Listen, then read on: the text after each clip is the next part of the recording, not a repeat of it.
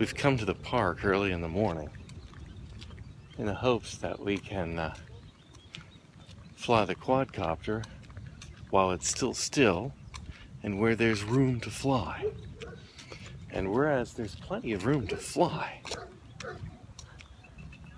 they have deprived us of all the room to land.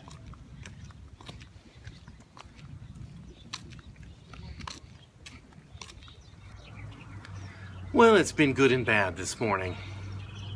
The good is that, well, okay, so you saw we went to the nearest big park on our way to breakfast, and they flood irrigated it, which I was talking about the other day with the canals. That's what they do. They have the yards kind of cut down a little bit, and then they open up the irrigation water and they flood them.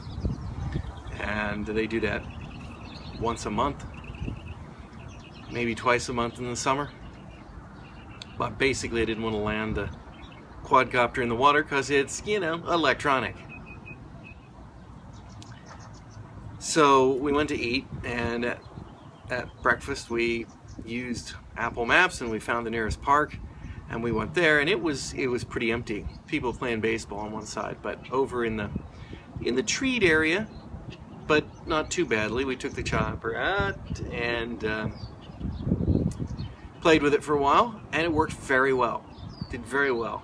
I made this little video, which I'll just include here.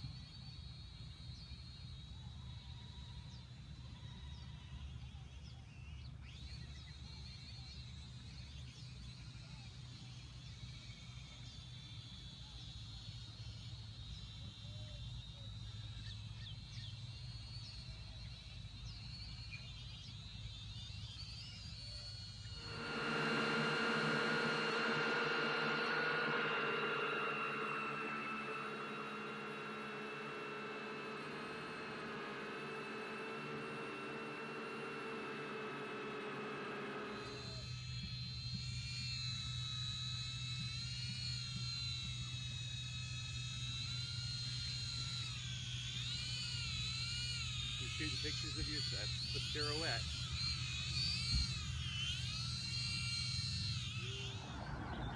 You can see even James had the opportunity to try flying it, and he didn't do too badly.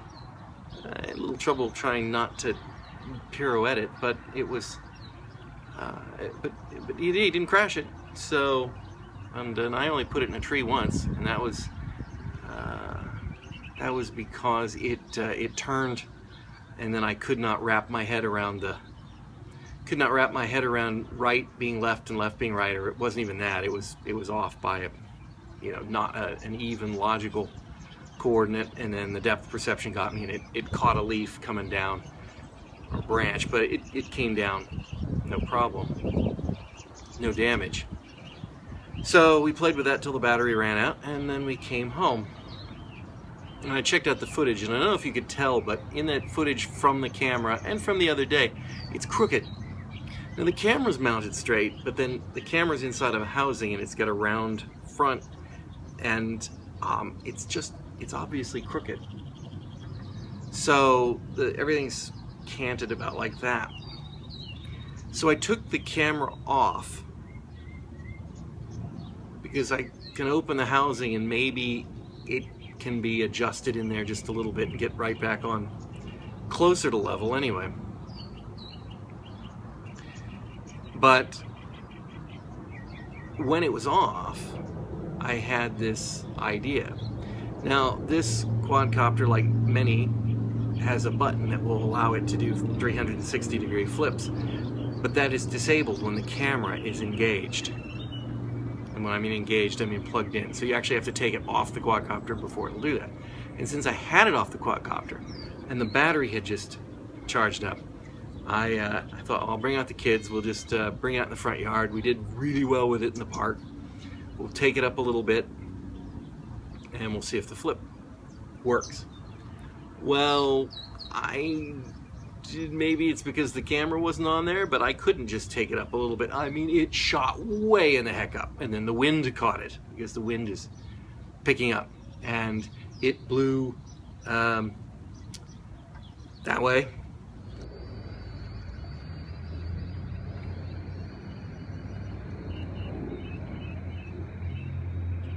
I can't see.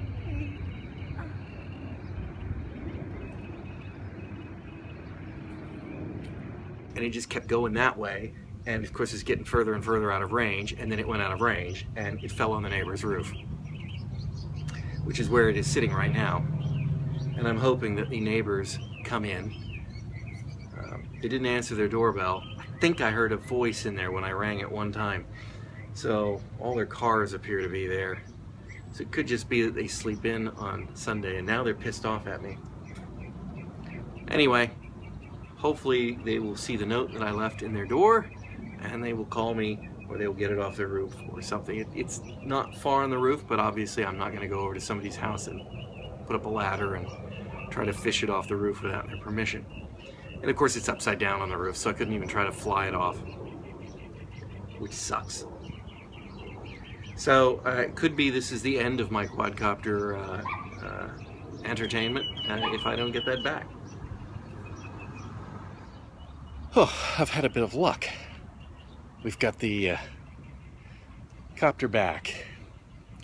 The note was noticed, and I was granted permission to get my pool brush and stepladder and brush it off the roof, which I did, and it was surprisingly, the battery lights were still flashing.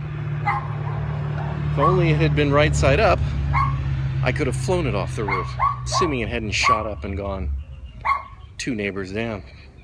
Let's take a quick look at it. I don't think I've shown it to you close up. It's obviously it's a quadcopter. It's got four blades, and you can see, let's see if I can find it. One of them got bent in the tree earlier today, but I just bent it back in shape, and it didn't seem to make any difference. This is the top side. These are the, well, you can't see that. Those are the blade protectors right there. And then flipping it over, you can see these colored lights. Well, we've got 2 of them missing already. Lost those, I don't know, yesterday, day before, bouncing it around, landing skids, and right now this is where the camera goes and it's off. So it's, you know, I mean, this stuff is so lightweight and durable that frankly it can take quite a bit of punishment. So I've got some new blades coming in, and I've got extra batteries coming in, and I've got those replacement light covers coming in. So hopefully I'll have it back in tip-top shape by Tuesday. So there she is. Turn it like this for proper product placement. The Cyma X5C.